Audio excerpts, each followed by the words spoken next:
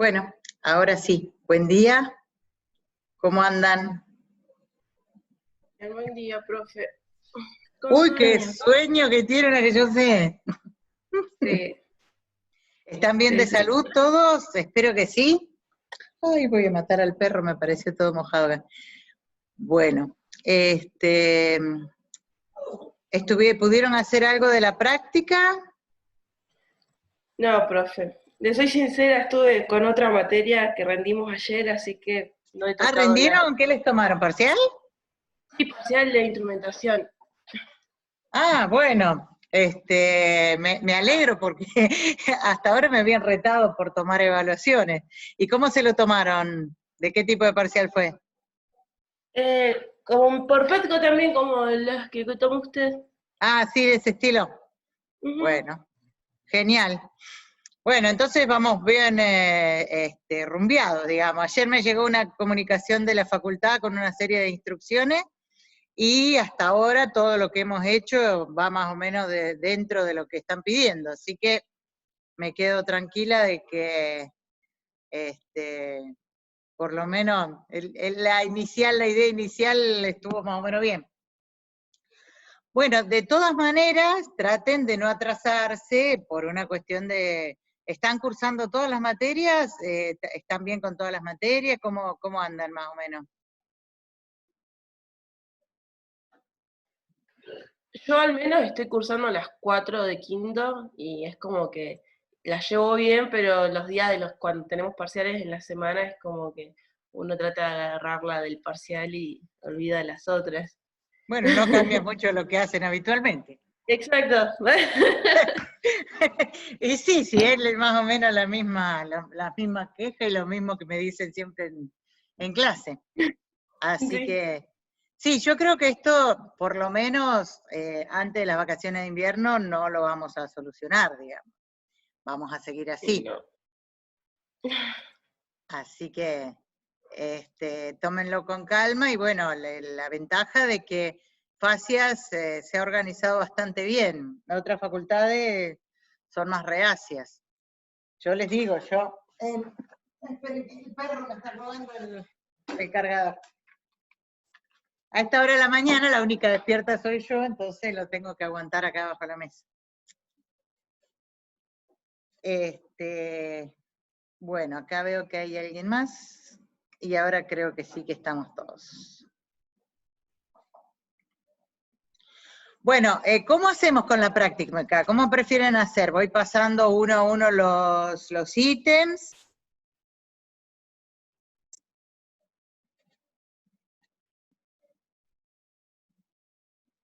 Sí, profe, como hizo con los otros CP. Sí, profe, ¿puede ser desde el principio? Sí, puedo empezar desde el principio, vamos a ir viéndolo. De todas maneras, si les quedó alguna duda de la teórica o eso, aprovechen y me preguntan, ¿sí? Así, aunque no la hayan podido ver la práctica, a mí, con las modificaciones que le hice, me gustó bastante cómo quedó. Pero bueno, son temas que a mí me gustan, así que a veces me dejo llevar un poco por los temas. Bueno, todavía no corregí las notas para aquellos que tenía que hacer, porque tengo que hacer 2 o 3 pasos dentro de la PEDCO, y la verdad estuve con otras cosas de investigación y no hice tiempo a meterme en eso, pero quédense tranquilos que lo tengo todo anotadito en un papelito en este lío que tengo acá arriba de la mesa y lo voy a hacer a la brevedad. De todas maneras, le fue bastante bien a todos, así que me quedo tranquilo. Bueno, vamos a empezar con la práctica 4. En la práctica 4, la primera parte, como tenemos en toda... Bueno, yo el tema de las prácticas, esto viene en medio de mi formación en la universidad. En Exacta nosotros teníamos así, toda la parte que hacíamos digamos, de la parte teórica, después hacíamos una parte de ejercitación que se llamaba práctica, y a mí me ha quedado ese léxico, ¿no? Pero en realidad lo que termina siendo es un cuestionario para guiarlos a ustedes en la problematización de los conceptos que vamos viendo en la unidad. Como ya les dije muchas veces, esto es toda una disciplina dentro de la meteorología, la micrometeorología, y nosotros lo estamos viendo en una unidad, ¿no? Entonces, estamos haciendo una pequeña adaptación.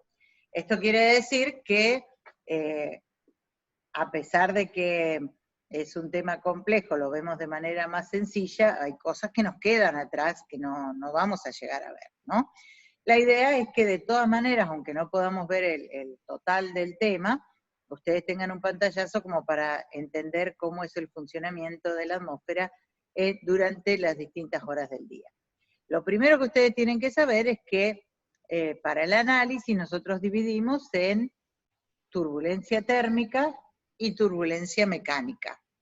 ¿Qué es la turbulencia? Turbulencia es eso, la idea que tienen ustedes, ¿no? Algo turbulento es algo que se mueve de manera más o menos caótica, ¿no? Contrario a lo del flujo laminar, que por ahí ya vieron en algunas otras asignaturas, que es un flujo que se mueve en láminas, y esas láminas van como un todo de un lugar a otro, ¿no? Entonces, en el flujo turbulento tenemos muchos remolinos bastante caóticos. Yo estoy viendo que no veo el chat otra vez, siempre hago una macana con no lo estoy viendo, así que si alguno pone algo en el chat, por favor háganme notar, porque realmente no sé cómo ponerlo. Ya me ha pasado con la vez pasada. Bueno, no lo llego a ver. Debe estar en algún lado, alguna cosa hice mal desde el principio, entonces. ¿Todos recuerdan? Bueno, yo sigo hablando. Cualquier cosa, usen los micrófonos y me preguntan, ¿sí? Bueno, entonces, implique los conceptos de capa de mezcla atmosférica y capa límite. Acá, esto no lo cambié porque, como para hacérselo notar, la capa límite es la capa que está cercana a la superficie en cualquier fluido. La capa límite se da también en una cañería, se da también en un canal. La parte inferior del canal, que está donde está el suelo, el fluido inmediatamente en contacto con esa capa digamos, forma una diferencia en la velocidad y en las propiedades de movimiento que marca, empezando desde cerca de la superficie, como no puede haber una zona donde las dos cosas tengan distinta velocidad, el fluido que está inmediatamente al lado de la superficie está a la misma velocidad de la superficie. Si la superficie está quieta, el fluido está en cero. Y comienza a aumentar su velocidad hasta la zona central, si es un caño, ¿sí? O hasta la parte superior, si es un canal. Y eso se denomina capa límite. En la atmósfera pasa lo mismo. Yo tengo el aire inmediatamente arriba del suelo, va a tener la temperatura, la velocidad que tiene el suelo. En la atmósfera, el suelo, si estamos parados en el sistema de referencia, no se mueve. Entonces los perfiles generalmente empiezan desde cero. Ustedes vieron que nosotros además, voy a agarrar esta clase no, esta. Nosotros habíamos hablado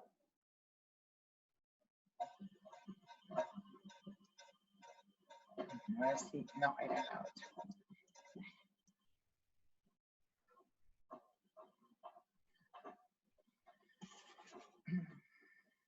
De que el perfil de viento tenía unas características en la capa cercana a la superficie, ¿no? Vamos a verlo, y ese perfil, habíamos dicho que muy cerca de la superficie, nosotros hablábamos de un perfil de tipo logarítmico. Entonces, tenía esta característica. Las características que tiene el perfil, cerca de la superficie, tiene velocidad tendiendo a cero.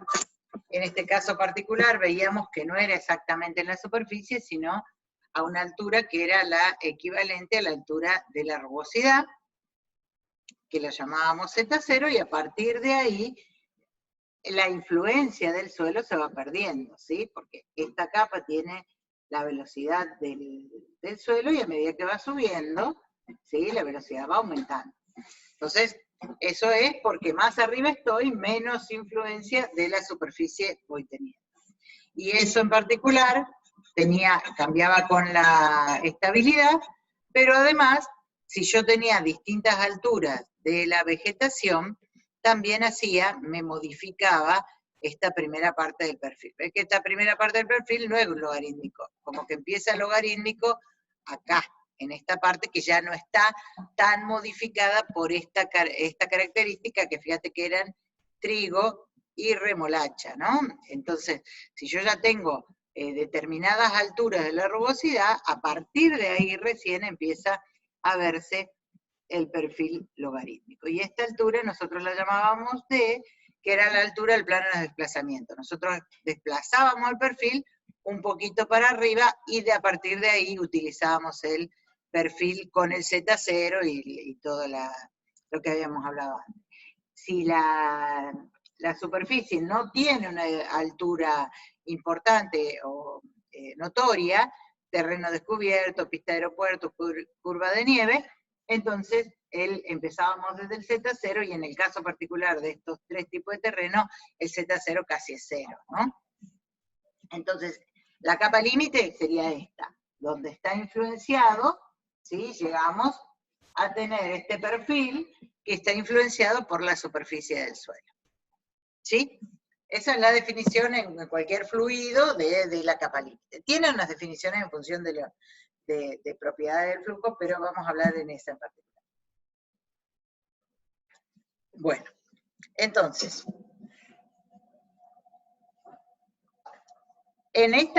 ¿cuál es la capa de mezcla atmosférica? Bueno, la capa de mezcla atmosférica es muy parecida a la capa límite, nada más que llega un poquito más alto. Digamos, ¿qué era la capa de mezcla? Acá sí tengo que ir a la otra, no tengo en esta, acá. La capa de mezcla, obviamente, es la que hasta donde llega la influencia del suelo, pero fíjense que ya no lo hablamos desde el punto de vista, desde el perfil de la velocidad, sino que estamos hablando desde el punto de vista de la turbulencia, ¿no? Acá ya está toda mezclada, porque hasta acá llega la influencia del suelo con respecto a cómo está mezclando las características de toda la capa. A partir de esta altura, que son 1500, 2000 metros, dependiendo el lugar y dependiendo las características, el flujo del aire ya no está modificado, como está acá abajo, y a esto lo llamamos capa de mezcla. Para el caso nuestro, la capa de mezcla y la capa límite atmosférica la vamos a tomar como iguales, ¿sí? Dentro de la capa de mezcla ya vimos, en la que sigue, que podemos nombrar distintas capas según las características y según la manera que esas capas han sido modificadas. Vamos a verlo acá. Esto está en la diapositiva que sigue. A ver. Está muy lenta con no. Me pasa, bueno, pongo esto.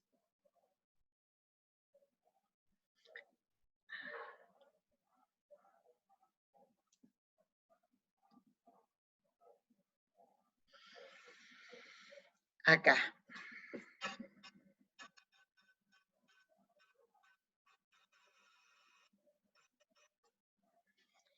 Nosotros fuimos viendo que esta capa que tenemos a lo largo del día, ¿sí? Tiene un comportamiento que varía según con la disponibilidad energética. A partir, digamos, fíjense que acá tenemos hablando de la puesta del sol. A partir de la puesta del sol y hasta la hora, un rato después de la salida del sol, yo tengo una formación particular, ¿sí? Y ven que acá la capa límite es bien bajita, no tiene nada que ver con la capa de mezcla. Ven que solamente puedo hablar de que la capa límite y la capa de mezcla coinciden durante el día. ¿Por qué? Porque durante la noche la capa límite, o sea, la capa que tiene las características de la superficie, tiene niveles mucho más bajos que durante la noche que durante el día. ¿Qué es esto? Bueno, en esta parte del ciclo diurno no tenemos luz solar, ¿sí? Entonces es nocturno. ¿Qué quiere decir acá? Que acá no tenemos la incorporación de la energía. En esta parte que sí tenemos la parte energética, la radiación solar calienta la superficie, se forman las burbujitas, esas burbujitas ascienden, desciende el flujo del aire y se empieza a mezclar, ¿sí? Una sube, la otra baja, entonces empiezo a tener estos remolinos. ¿Y hasta dónde los voy a tener? Bueno, hasta donde llegue esta influencia, que generalmente suele ser una inversión o algo por el estilo, que es donde llega la influencia de la turbulencia que viene del suelo, ¿no? Lo mismo acá. ¿Por qué no se da exactamente a la salida del sol? Y porque tarda un rato entre que el suelo se calienta, se forman las burbujitas, esas burbujitas ascienden, desciende el flujo del aire, si esto se da más o menos 30 minutos después de la salida del sol. Entonces, esta capa estable nocturna sigue aproximadamente 30 minutos, una hora después de la salida del sol. Y una vez que salió el sol, ya vuelve todo el efecto. ¿Qué es lo que pasa acá? Esta capa de mezcla no desaparece del todo durante la noche, queda como una capa residual sobre la capa límite estable. Esta capa límite estable es una capa estratificada donde es muy difícil que se mueva el aire porque está muy frío, ¿sí? Y en contacto con la superficie que se sigue enfriando durante toda la noche, ¿no? Entonces, en la primera, si bien no son exactamente iguales, capa límite atmosférica, capa límite planetaria, capa límite convectiva y capa de mezcla, nosotros no vamos a hacer demasiada diferencia entre una y otra.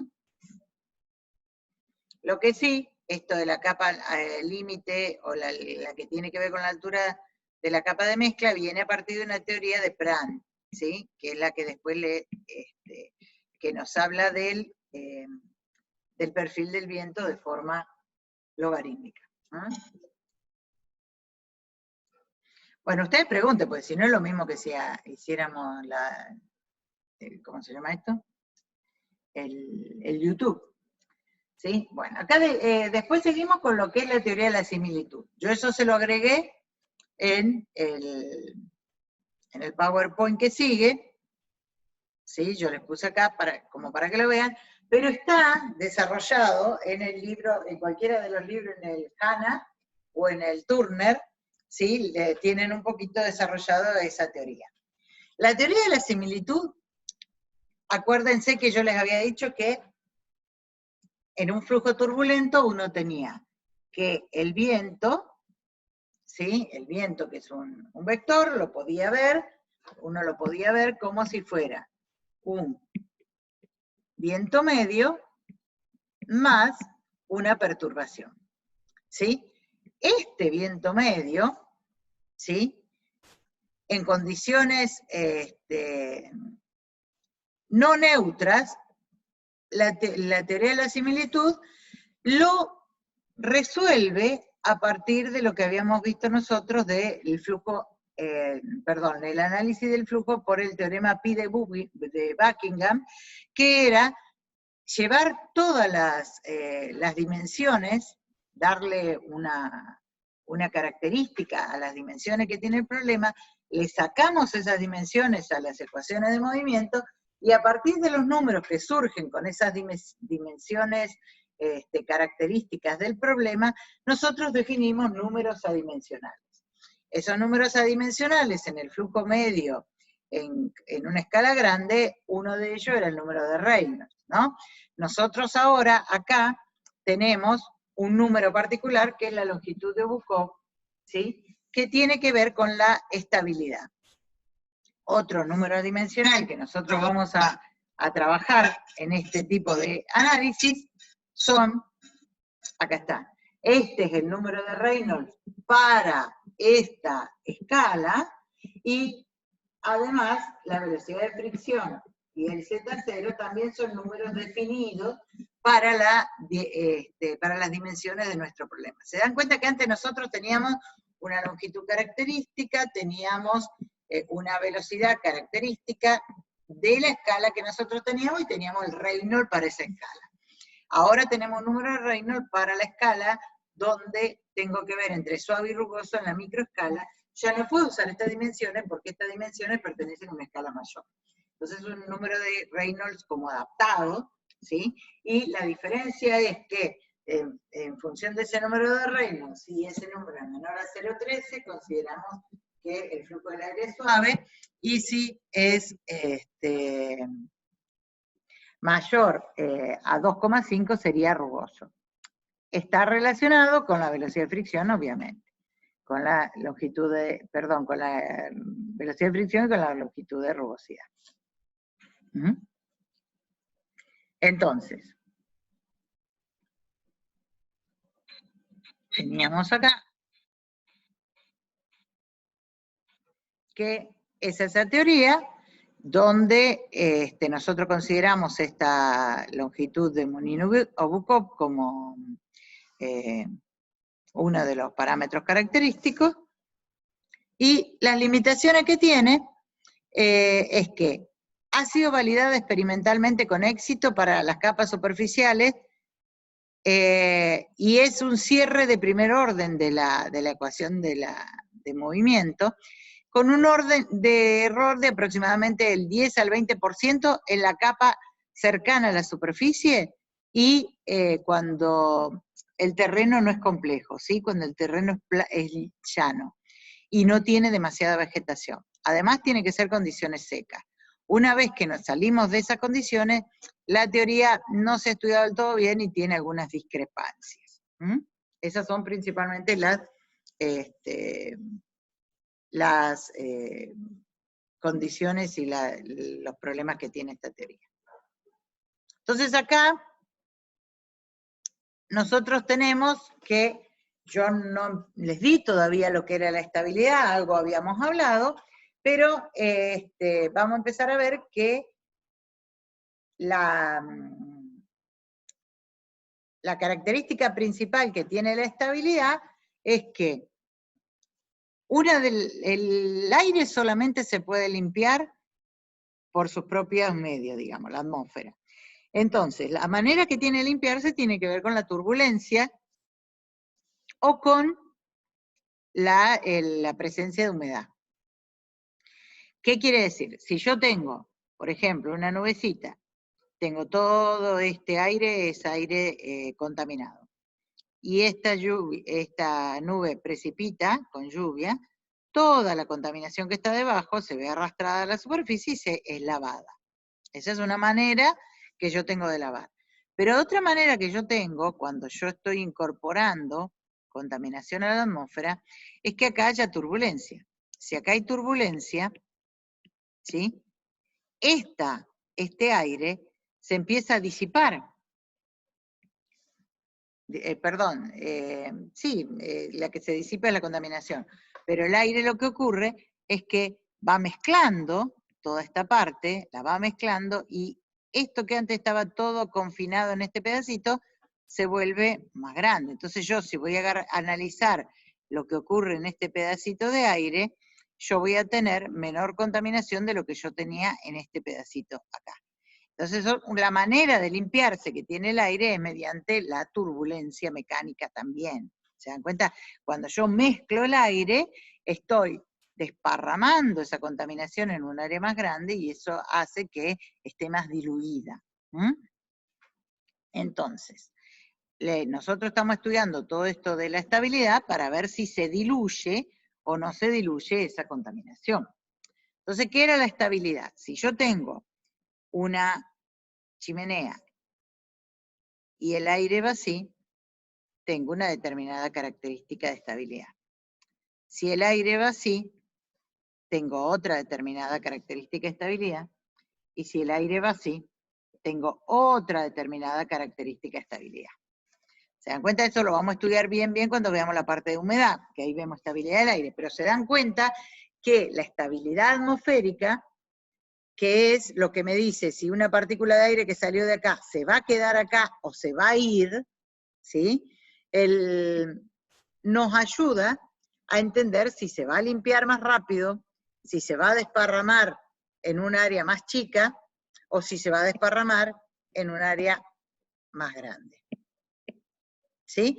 Si va a llegar a la superficie en este lugar, o si se va a mantener por arriba de la superficie en un trayecto más largo. Eso es lo que nos va diciendo la estabilidad. Entonces quiere decir que yo quiero ver, desde el punto de vista de la mecánica, la estabilidad era, si yo tengo esta pelotita, si esta pelotita es empujada, ¿vuelve por sí sola a la posición original? No vuelve. Si no vuelve, esto se llama inestable. Si yo tengo la pelotita en esta posición, ¿sí? Si la saco de su posición de equilibrio, gira alrededor de la posición de equilibrio y vuelve a su posición de equilibrio. Esto se llama estable. Quiere decir que mi contaminante va a seguir alrededor del lugar donde fue emitido. En este caso se va a ir del lugar donde fue emitido, y en el caso neutro era, si yo lo corría, encontraba una nueva posición de equilibrio y así sucesivamente. Entonces, si bien pareciera que este es el mejor caso, hay que ver porque después cuando lo empezamos a analizar con la contaminación no siempre es así. Pero cada caso de estabilidad nos ayuda a nosotros, de alguna manera, a deshacernos de la contaminación en un determinado lugar. Entonces, por eso nos importa analizar. Roque, anda a jugar a otro lado. Allá. Nos importa analizar la estabilidad. Y una manera que tenemos de analizar estabilidad es utilizando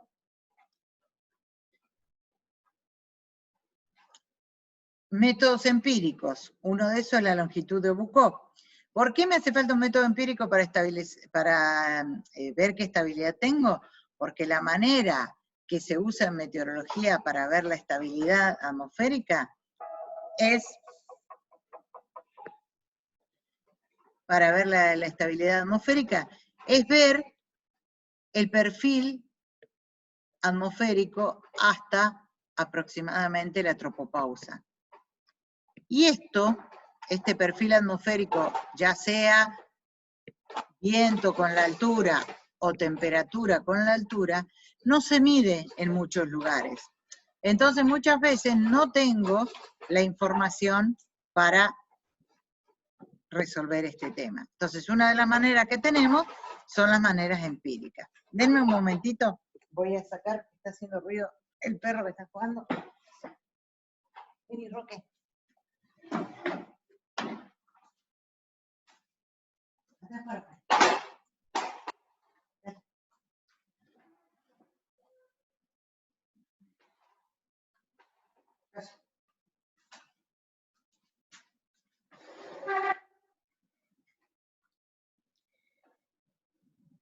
Ah, bueno, no, se va a cortar, parece. Habían dicho que me regalaban una, por eso la había programado, pero parece que no lo supe hacer bien. Pero no importa, nos cortamos y después empezamos de vuelta. Entonces, ¿se entiende esto? Como esto es difícil de medir, en realidad hace falta un radiosondeo, se llaman. Los radiosondeos son, yo subo un instrumental, que es una cajita que tiene dentro medidores de temperatura, de presión, de humedad, ¿sí? Y esa cajita se adosa a un globo lleno de helio, y ese globo se suelta a distintos horarios en todas las estaciones meteorológicas del mundo, y eso nos lee el perfil con la altura. Eso en Argentina, por cuestiones económicas, generalmente se ve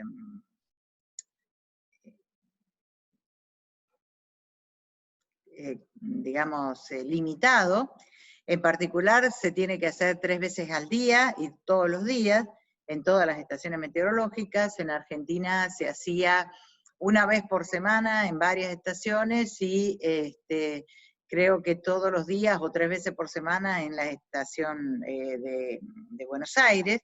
pero en función el aparato del precio en dólares, entonces que según la economía nuestra a veces se podía hacer y a veces no se podía hacer, y eso nos hacía que no tengamos disponibles los radiosondeos.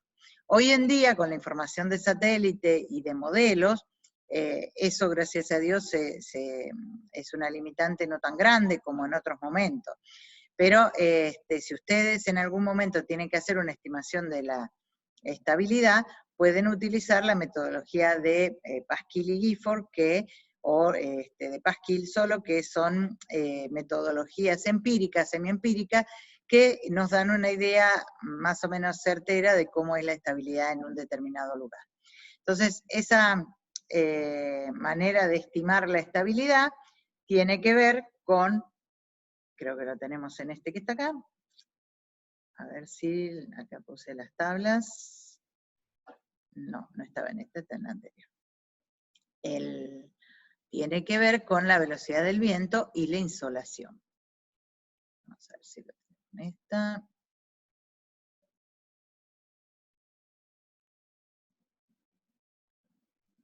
Acá está.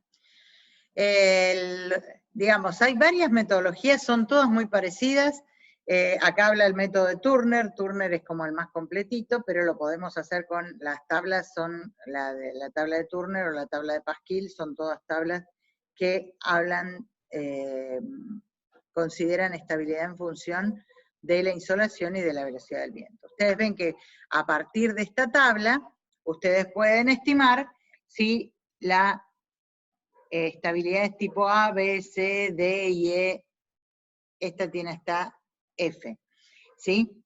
Las A, B y C son inestables, esta es inestabilidad muy leve, generalmente consideramos la C y la D casi neutrales, y después E y F son las estables. Entonces, si tienen la intensidad de viento muy bajo, pero la insolación, ven que acá estoy viendo, ¿qué estoy viendo yo? Con esto estoy viendo la turbulencia térmica. Y con esto estoy viendo la turbulencia mecánica.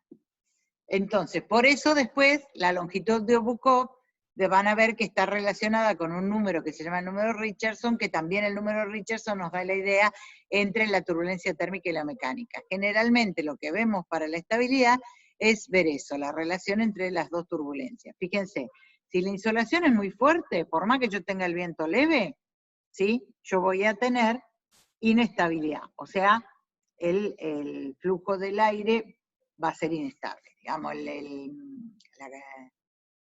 el comportamiento del aire va a ser inestable. Si yo tengo velocidad de viento y cielo cubierto, ya me voy al caso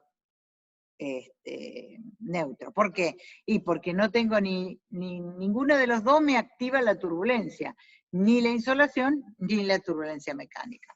Durante la noche, nosotros sabemos que a la noche no tenemos la parte térmica, y si además no tengo la parte de la velocidad del viento, yo voy a tener un criterio muy estable, porque va a empezar a quedarse el aire frío más cerca de la superficie. ¿Se entienden?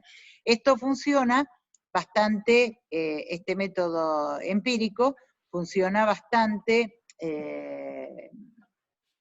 razonablemente, digamos, con lo que uno esperaría que pasara.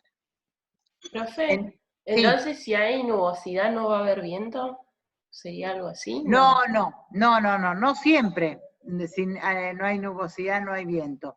Lo que pasa que, fíjate que lo que no va a haber es la turbulencia